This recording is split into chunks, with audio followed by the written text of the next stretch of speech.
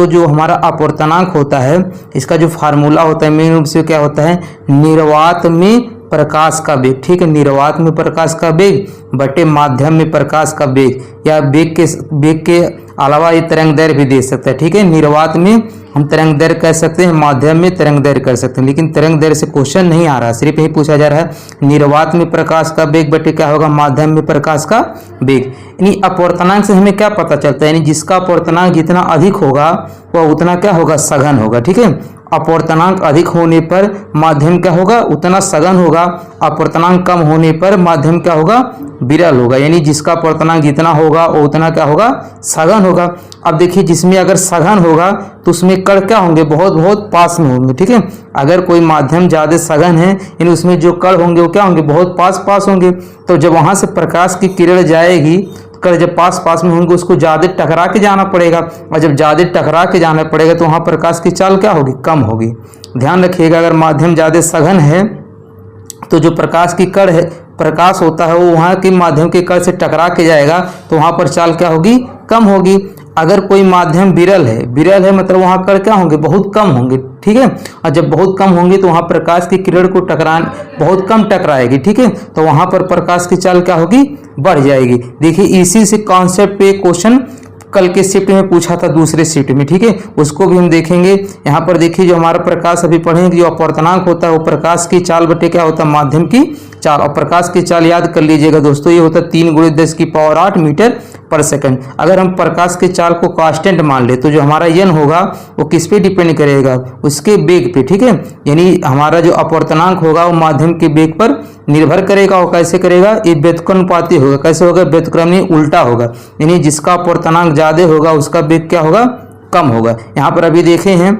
ठीक है, यानी जिसका अपवर्तनांक अधिक होगा वो क्या होगा, ज्यादा सघन होगा। जिसका अपवर्तनांक अधिक होगा वो ज्यादा सघन होगा, और जो ज्यादा सघन होगा उसमें प्रकाश की चाल क्या होगी, कम होगी। तो वही चीज है कि जिसमें अपवर्तनांक अधिक होता है उसकी प्रकाश चाल क्या होती है, कम होती है। उसकी प्रकाश चाल क्या होती है, कम होती है। और जिसका अपवर्तनांक कम होता है उसकी प्रकाश की चाल क्या होती है, अधिक होती है। ठीक है, यानी हम कह सकेंगे कि अपवर्तनांक अधिक होगा। ठीक है, अपवर्तनांक जो हमारा क्या होगा, अधिक होगा तो उसमें वेग क्या होगा, कम होगा। अपवर्तनांक कम है तो वेग क्या होगा, अधिक होगा। दोस्तों कुछ अपवर्तनांक यहाँ पर लिखा है, इसको आप याद कर लीजिए। जैसे यहाँ पर हवा का याद कर लीजिए, ये होता है 1.00 यानी लगभग 1 के बराबर होता है। जल का 1.33, कांच का 1.5 होता है, हीरे का 2.42 होता है। ठीक है, 2.42 होता है। यही अगर 4 याद कर लीजिए, इससे बाहर कोई क्वेश्चन नहीं पूछा जाएगा। तो आपको यह ध्यान रखना है कि जो हमारा अपवर्तनांक होता है उसके वेग की क्या होता है, व्युत्क्रमानुपाती होता है। यानी जिसका अपवर्तनांक अधिक होगा उसका वेग क्या होगा, कम होगा। इसी से रिलेटेड क्वेश्चन आया था, इस क्वेश्चन को चलिए देख लेते हैं। ठीक है, अब दोस्तों यहाँ पर क्वेश्चन दिया है कि जल, कांच तथा हीरा के अपवर्तनांक क्रमशः 1.3, 1.5 तथा 2.4 है। तो इनके वेग क्रम से BA दिया है, BB दिया है और BC दिया है। यानी जल का वेग, कांच का वेग और हीरे का वेग दिया है। तो इनमें कौन सा सही होगा। अब दोस्तों यही कॉन्सेप्ट आपको समझाए हैं कि दोस्तों जिसका अपवर्तनांक, यहाँ पर देखिए n जो डिपेंड करेगा उसके माध्यम के वेग पे डिपेंड करेगा। यानी जिसका अपवर्तनांक कम होगा, ठीक है, जिसका अपवर्तनांक कम होगा उसका वेग क्या होगा, अधिक होगा, क्योंकि उल्टा प्रभाव पड़ता है। तो यानी जिसका अपवर्तनांक कम होगा उसका वेग क्या होगा, अधिक होगा, उसका वेग क्या होगा, अधिक होगा। इन तीनों में देखिए सबसे ज्यादा अपवर्तनांक किसका कम है, 1.33। इन तीनों सबसे ज्यादा कौन कम है, यानी जल का अपवर्तनांक कम है तो जल का वेग क्या होगा, अधिक होगा। यानी BA क्या होगा, इसका वेग क्या है, BA, यही क्या होगा, सबसे अधिक होगा। बराबर तो होगा ही नहीं, ठीक है। और सबसे ज्यादा कौन है, सबसे ज्यादा अपवर्तनांक किसका है, 2.42। यानी जिसका वैल्यू सबसे ज्यादा होगा, ठीक है, उसका वेग क्या होगा, सबसे कम होगा। तो उसका क्या हो जाएगा, सबसे कम। तो इसको कौन सा ऑप्शन सही हो जाएगा, सी। यानी देखिए जिसका अपवर्तनांक सबसे कम उसका वेग सबसे अधिक। उससे ये क्या है, थोड़ा सा ज्यादा है तो उसका वेग क्या होगा, थोड़े से कम हो जाएगा। इसका सबसे ज्यादा है तो इसका सबसे कम हो जाएगा। यही इसका क्या हो जाएगा, आंसर हो जाएगा। ये 26 तारीख को, ठीक है, 26 तारीख को सेकंड शिफ्ट में एक सेम क्वेश्चन पूछा था। मेरा एक फ्रेंड गया था, वही क्वेश्चन हमको बताया, ठीक है।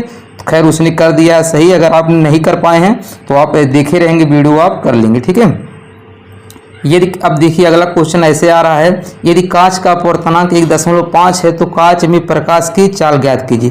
तो हम जानते हैं दोस्तों जो n होता है हमारा अपवर्तनांक होता है वो प्रकाश की चाल होता है, ठीक है, प्रकाश की चाल होता है, और माध्यम की चाल हम कितना मान लेते हैं, b मान लेते हैं। अब प्रकाश की चाल को हम जानते हैं कितना होता है 3 × 10⁸, इसको याद करना पड़ेगा।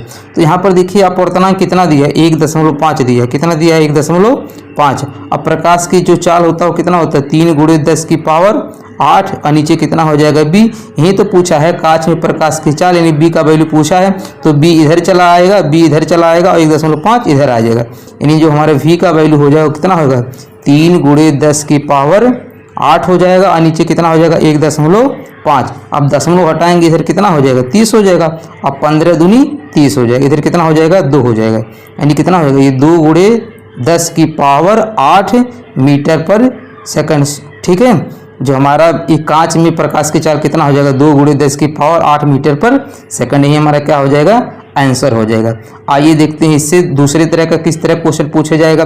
दोस्तों बस आपको अपवर्तनांक दिया रहेगा, अब मान लीजिए अलग अलग दे दिया है, ठीक है। इसी क्वेश्चन में कांच के जगह किसी और का अपवर्तनांक दे देगा, जैसे जल का अपवर्तनांक दे देगा, तो 1.33 बराबर कितना हो जाएगा ये 3 × 10⁸, ठीक है। और यहाँ कितना हो जाएगा v हो जाएगा, v का वैल्यू निकालना, यहाँ चला आएगा, यहाँ आ जाएगा, बस यहाँ दशमलव हटाएंगे, यहाँ 2 जीरो बढ़ जाएगा, भाग कर लीजिए, जो आएगा वही आंसर हो जाएगा। इसी तरह का कुछ भी हो सकता है क्वेश्चन, ठीक है।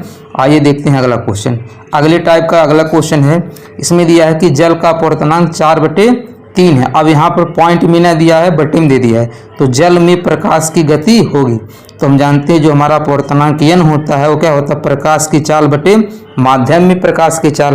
तो यहाँ पर अपवर्तनांक कितना दिया है, ये हमारा दिया है 4/3 दिया, कितना दिया है 4/3। अब प्रकाश की चाल हम जानते हैं कितना होता है 3 × 10⁸ होता है, और ये जल में प्रकाश की गति मान लेते कितना है b है, ठीक है भाई। जल एक तो माध्यम होगा, इसका पूछा है कि कितना वेग होगा, यही तो पूछा है। तो b का वैल्यू निकालेंगे, देखिए तिर्यक गुणा करेंगे तो 3 ऊपर पहुंच जाएगा, अब b इधर आएगा तो 4 इधर नीचे आ जाएगा, यानी v का वैल्यू कितना हो जाएगा 3 का 3 में गुणा करेंगे 9 हो जाएगा, 9 × 10⁸, और नीचे 4 आ जाएगा। अब भाग कर लीजिए, जब 4 से भाग करेंगे कितना हो जाएगा 4 दूनी 8 होगा, 1 बचेगा 10 हो जाएगा, 4 दूनी 8, 2 बचेगा, 4 5 20, और × 10⁸ मीटर पर सेकंड, ठीक है, मीटर पर सेकंड। इसका हमारा क्या हो जाएगा जल में प्रकाश की गति हो जाएगा, ठीक है। उम्मीद कर रहे हैं क्वेश्चन समझ में आ गया होगा। चलिए आइए देखते हैं अगला टॉपिक। अगला है दोस्तों, इससे इस वाले फार्मूले से पूछा स्नेल के नियम से, इसमें भी देख लीजिए ये होता है अपवर्तन का नियम। पहला क्या होता है अपवर्तन का नियम, एक होता परावर्तन का नियम, एक होता अपवर्तन का नियम। तो हम लोग पढ़ रहे हैं अपवर्तन का नियम।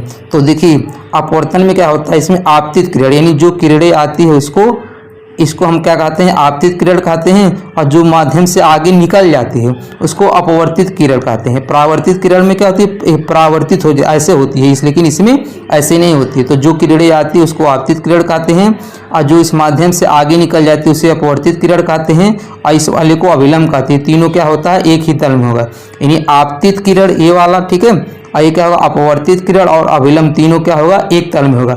लेकिन अगर यहीं पर परावर्तन का नियम होता है, ठीक है, तो उसमें क्या होता है आपतित किरण, परावर्तित किरण और अभिलंब तीनों क्या होते हैं एक तल में। बस थोड़ा सा अंतर है, इसमें क्या होगा आपतित किरण इसमें भी है उसमें भी, उसमें क्या होता है परावर्तन में परावर्तित किरण होता है, अपवर्तन में अपवर्तित किरण होता है, बस इतनी ही का थोड़ा सा अंतर होता है। तीनों क्या होते हैं एक तल में होते हैं। और इसमें क्या होगा साइन ए आपतन कोण का साइन, ठीक है, आपतन कोण का साइन अपवर्तन कोण का साइन के अनुपात हमेशा क्या होता है स्थिर होता है, ठीक है। अब यहाँ पर देखिए जैसे हम एक माध्यम ले लिए हैं, देखिए यहाँ पर हमारे एक माध्यम ये है एक, और इसका एक माध्यम ये है 2, और जो ऊपर वाला माध्यम वो सघन है, और जो ये वाला है विरल है। मान लेते हैं ये वाला हमारा जो सघन माध्यम है क्या है कांच है, क्या है कांच है, ठीक है। और ये जो हमारा विरल माध्यम है ये मान लेते हैं हमारा जल है, ठीक है, जल मान लो या हवा मान लो, हवा क्या होगा विरल होता है, ठीक है। हवा का लगभग क्या होता है 1.008 होता है, और कांच का कितना होता है 1.5। तो हमारा क्या होगा सघन माध्यम हो जाएगा ये विरल माध्यम। तो जब सघन माध्यम से, ये भी क्वेश्चन ध्यान रखिएगा दोस्तों, यहाँ पर जब सघन माध्यम से विरल माध्यम में आती है, जब प्रकाश की किरणें क्या होती है सघन माध्यम से विरल माध्यम में आती है, ध्यान दीजिएगा, यहाँ से जब सघन माध्यम से विरल माध्यम में आएंगी तो ये देखिए ये अभिलंब हो तो आना तो इसको ऐसे चाहिए, लेकिन ये प्रकाश की किरण कैसे जाती है ऐसे, तो अभिलंब से क्या हो जाती है, दूर हट जाती है। यानी जब सघन से विरल में आती है, ठीक है, जब सघन से विरल में आती है तो अभिलंब से क्या हो जाती है, दूरी बना लेती है, यानी दूर हट जाती है। इसका उल्टा भी हम कहेंगे, अगर विरल से सघन में जाएंगी, ठीक है, तो अभिलंब के क्या हो जाएगी, पास में चली जाती है, ठीक है, क्या जाती है, अभिलंब से। जैसे यहाँ पर देखिए जब ये आएगी, अगर विरल से जाएगी, मान लीजिए ये वाला जो माध्यम में विरल है तो ये ऐसे आती, ठीक है, तो जैसे अभिलंब है तो इसको यहाँ दूर ना होकर यहाँ पास में आ जाती, ठीक है। तो विरल से जब सघन में जाएंगी तो अभिलंब की क्या हो जाती है, पास हो जाती है। अब यहाँ पर आपतित किरण कोण जो होगा, आपतन कोण जो होगा वो आई होगा, अपवर्तन कोण क्या होगा, आर होगा, ठीक है। तो ये जो होता है साइन आई, ठीक है, अभी साइन आई और साइन आर का जो अनुपात होता है वो हमेशा क्या होता है, कांस्टेंट होता है। इसी को हम बोलते हैं ये अपवर्तनांक भी बोलते हैं, ठीक है। आइए ध्यान दीजिएगा, अगर ये यहाँ पर I1 ले रहे हैं तो यहाँ पर ये इसका अपवर्तनांक नीचे लिया जाएगा, ठीक है, और यहाँ पर आर वाला कोण ले रहे हैं तो इसका अपवर्तनांक ऊपर आएगा। तो इन दोनों का जो अनुपात क्या कहलाएगा, ये अपवर्तनांक कहलाएगा। ये क्या कहलाएगा, ये अपवर्तनांक कहलाएगा। यहाँ पर ऐसे भी हम लिख सकते हैं, जैसे 1 के सापेक्ष 2 है, ठीक है, तो हम ऐसे भी कहेंगे कि जो हमारा अपवर्तनांक 1 है, ठीक है, हमारा जो अपवर्तनांक 1 है और यहाँ पर अपवर्तनांक कितना है, 2 है, और ये किसके बराबर है, साइन आई के, और ये साइन आर के क्या है, बराबर है, ठीक है, साइन आर के क्या है, बराबर है। तो इसको हम ऐसे भी लिख सकते हैं 1n2, ठीक है, यानी 2 के सापेक्ष 1 का अपवर्तनांक, और साइन अपान क्या हो जाएगा, साइन आर। तो इससे न्यूमेरिकल पूछा गया, तो आइए न्यूमेरिकल को दोस्तों देख लेते हैं। न्यूमेरिकल यही क्वेश्चन पूछा है कि आपतन कोण 45 दिया है, अपवर्तित कोण 30 दिया है, तो अपवर्तनांक कितना होगा। तो हम जानते हैं जो हमारा अपवर्तनांक म्यू होता है दोस्तों, ये क्या होता है, sine i upon sine r होता है, ठीक है, इतना आपको पता होगा। तो जो आपतन कोण क्या होगा, ये आई का वैल्यू हो जाएगा और ये आर का वैल्यू हो जाएगा, तो कितना हो जाएगा, ये यानी साइन 45 हो जाएगा और ये कितना हो जाएगा, साइन 30 हो जाएगा। तो साइन 45 का वैल्यू कितना होता है, 1/√2 होता है, और साइन 30 का वैल्यू 1/2 होता है। तो यह जब पलटेगा ये क्या होगा, पलट जाएगा, तो क्या होगा, 1/√2 होगा और ये ऊपर जाएगा 2/1 होगा। तो कितना होगा, 2/2 का 1 में करोगे 2 हो जाएगा, नीचे √2 होगा। क्या तो ऑप्शन इस तरह दिया होगा, नहीं तो इसको परमीकरण कर दो, यानी रैशनलाइज कर दो। तो √2 से ऊपर नीचे क्या करोगे, गुणा करोगे। अब जब गुणा करोगे तो √2 क्या होगा, √रूट हट जाएगा, तो ये कितना बन जाएगा, 2 बन जाएगा, 2 से 2 कट जाएगा, बचेगा कितना, √2। यही हमारा क्या हो जाएगा, अपवर्तनांक हो जाएगा। तो उम्मीद कर रहे हैं दोस्तों ये वीडियो आपको अच्छा लगा होगा। दोस्तों वीडियो आपको अच्छा लगा है तो लाइक कमेंट करके फीडबैक जरूर दीजिएगा। यदि चैनल पे न्यू है तो प्लीज़ सब्सक्राइब कर दीजिएगा, ठीक है, सब्सक्राइब करना बिल्कुल मत भूल लीजिएगा। अगर कोई टॉपिक आपका तैयार नहीं तो कमेंट करके ज़रूर बताइएगा, उसका वीडियो आज ही शाम तक बना दिया जाएगा। तब तक के लिए धन्यवाद।